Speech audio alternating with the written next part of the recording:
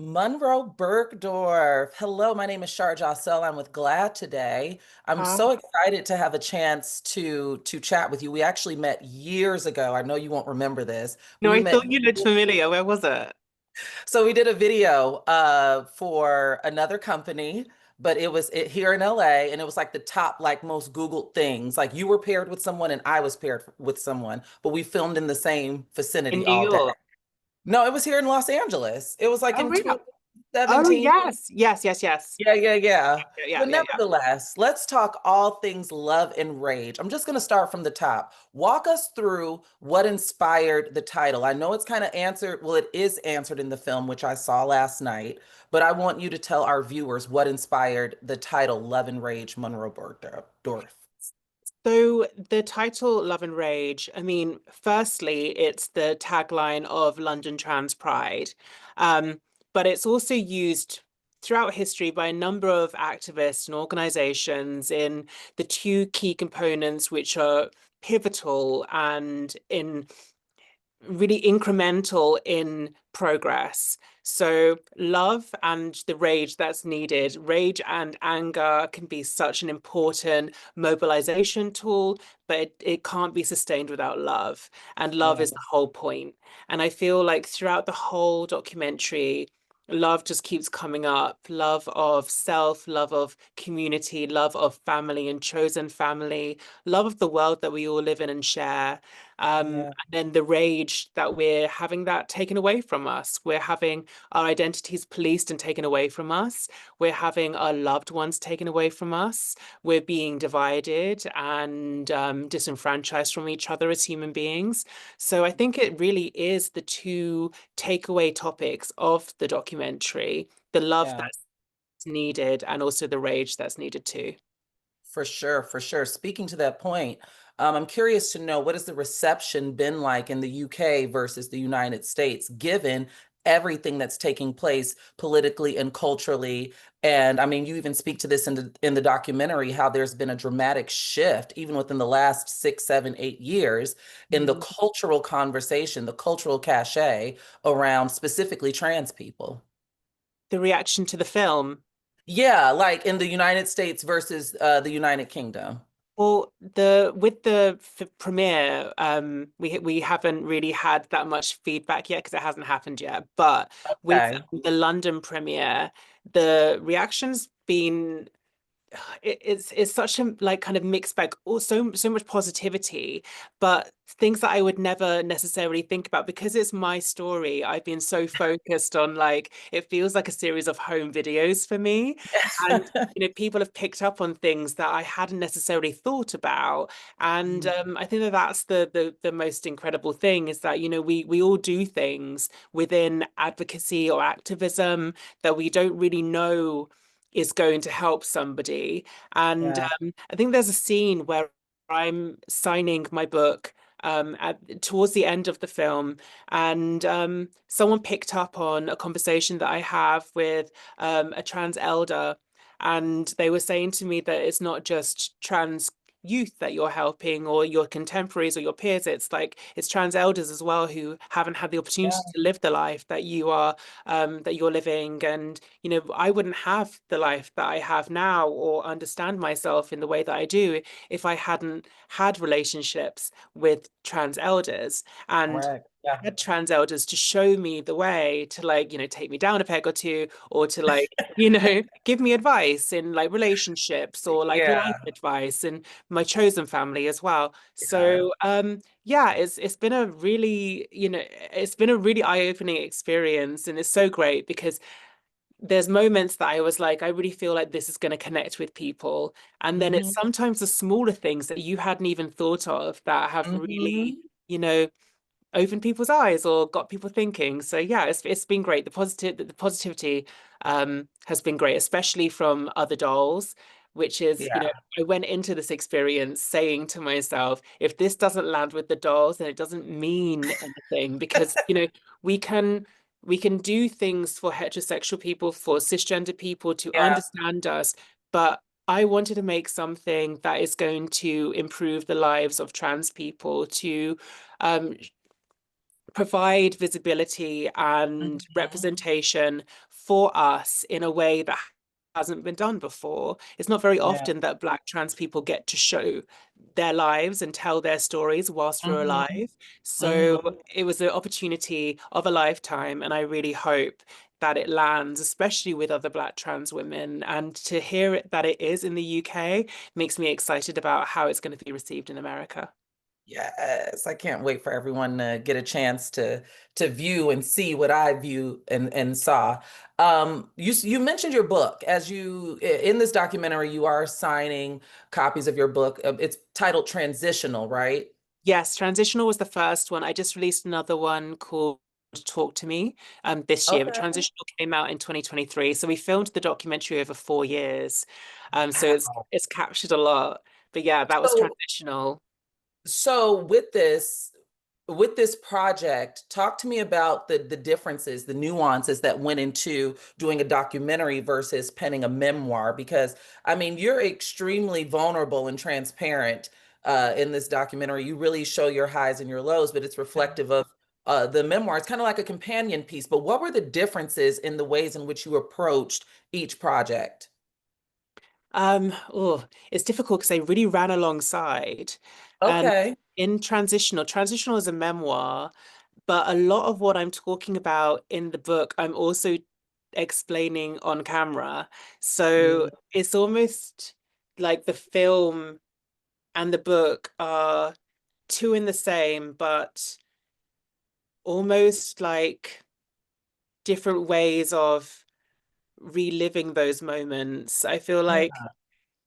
yeah, it's difficult because it's difficult to explain. Transitional really was a look back, and Okay. um, Love and Rage is in the moment whilst also looking back. So I feel like Love and Rage was the evolution of Transitional in a lot of ways. Um, and it fills in the blanks Yeah. that Transitional maybe didn't go into because it was too painful or Yeah. it was too difficult. It's very difficult to put pen to paper and um, kind of give the full story in a way that you can when you're just, having a camera on you and just like living Yeah. day-to-day life. And you can get much more vulnerable with a Mhm. documentary and much more 360. Even though a book you can go into extreme detail, you can never really capture reality in the same way as a documentary. It's an art Mhm. form that is so thorough, and Mhm. also you get to see all of the different elements of a person's character and life and identity, highs and lows. And um, Mhm. yeah, so Transitional is a look back through um 38 years of my life, and Transitional is a look back but also 4 years of my life, and Yeah. but largely focusing on my life but also our community and Yeah. what we're going through now on both sides of the Atlantic. What's happening in America is so concerning, um, Yeah. but it is in a lot of ways reflected in the UK.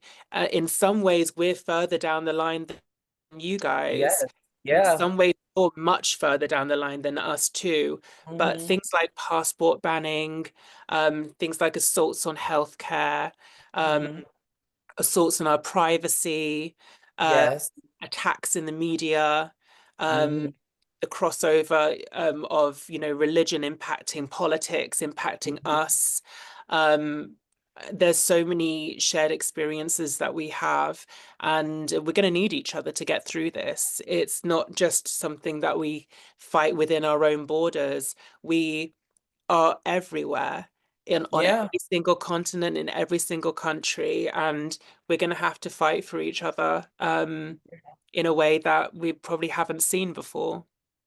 Yeah, for sure, for sure. I totally agree. And to that point, what I love about your documentary is it does kind of have that perfect balance of joy, resistance, resilience. But as I mentioned, you get very, very vulnerable in certain moments. And I'm curious to know what it was like for you to include, because you have like these reenactment scenes that feel kind of dreamlike. And but you also include some of your low moments, like they're up there. You know, I was there. I had a front row seat in real time to the controversy with L'Oreal when you made history as I believe you were the first openly trans person to do a beauty campaign with L'Oreal. And so talk to me about what it was like documenting, because there's some harsh language used as well. Like you even have, your critics highlighted in this documentary, and they don't use the most savory language regarding trans politic and body and presence. So talk to me about the decision that went into platforming that, and the decision that went into, I guess, really highlighting your wins and some of your perceived losses. Well, it was really important to put the negative in as well as the positive because it's the truth. Uh, Yeah, Even though, I wanted to showcase the joy and the achievements and everything like that, but I feel like people need to know what we're up against. Uh, yeah, I think that cisgender society sees glimpses of it and they see moments of it. But when you're a trans person, you feel the weight of its incessant nature, that it's every day, it's pretty much in every single news outlet, in every single paper, pretty much. It's mainstream. yeah, Some of the most mainstream influential voices are saying the most wild things about other human beings. And I wanted people to see that it's relentless. And yeah, oftentimes, when a trans person is in the public eye, the more successful or the more praise that you get, the more there will be people there trying to tear you down. We've seen it throughout history, whether it's April Ashley or Caroline Cossey or Nadia Armada in the UK. Um, yeah. it's a common theme. So I wanted to show that. I think it's really important. I didn't just want it to be about the fashion. I didn't want it to be about what I've achieved because it's about more than me. It's about us. And Yeah. my life isn't necessarily reflective of the everyday trans person who just wants to just live a low-key life and go to work and contribute to society and just be themselves and be left alone. Um, Yeah. so I think it was really important to show that. Um, the other part of the question, can you remind me of the other part of the question? I mean, I feel like you kind of answered it about I just guess, like yeah. amplifying like the vulnerability and showing both sides. Yeah, Um, the a final, vulnerability. yeah, go Oh, ahead. Go ahead. What okay. were you saying?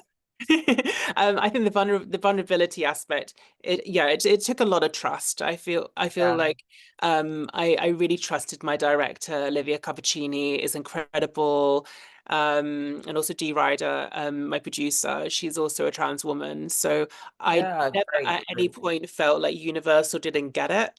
I felt like everyone was very much on my side and wanted this to be authentic storytelling to the moment and also of my story personally. But I also had a responsibility to tell the truth. And Yeah. it's not the truth if we don't show the bad with the good. Totally agree. My final question to you, because we got to wrap things up here. What do you want people to get from this documentary at the end when the credits roll and people get up out of their seats or whatever platform they're streaming it on? What do you want the takeaway to be when they're done watching Love and Rage, Munroe Bergdorf? Hopefully to it depends on the person watching, but to question what they thought they either knew about me or about trans people, or even about what it means to be human and the many ways that we can be human. And also to get away from the idea that talking about trans people is critique on an ideology. It's not, it's affecting people's lives. These are our lives. And it's really Correct. important that we get away from this narrative that is increasingly hostile and dehumanizing and taking away agency from humans that should be able to express. express themselves and identify however we want. If Mhm. you don't want to transition, don't transition. If you don't want an abortion, don't have an abortion. If you are of faith, practice your faith, but don't impose that faith on other people. Right. It's really important that we practice our freedoms and that we protect our freedoms, but that we don't stop other people from expressing their freedoms also if our freedom looks different to theirs. So, yeah, I just really hope that people feel angry actually about what's happening to our community and hopefully foster more love at the same time. I love that. And with that, thank you so much, Munroe Bergdorf, for joining GLAAD today. Thank And I can't wait for you all to see the film. It'll change your life. All right. Bye, you everyone. so much, Shar. Bye. Bye.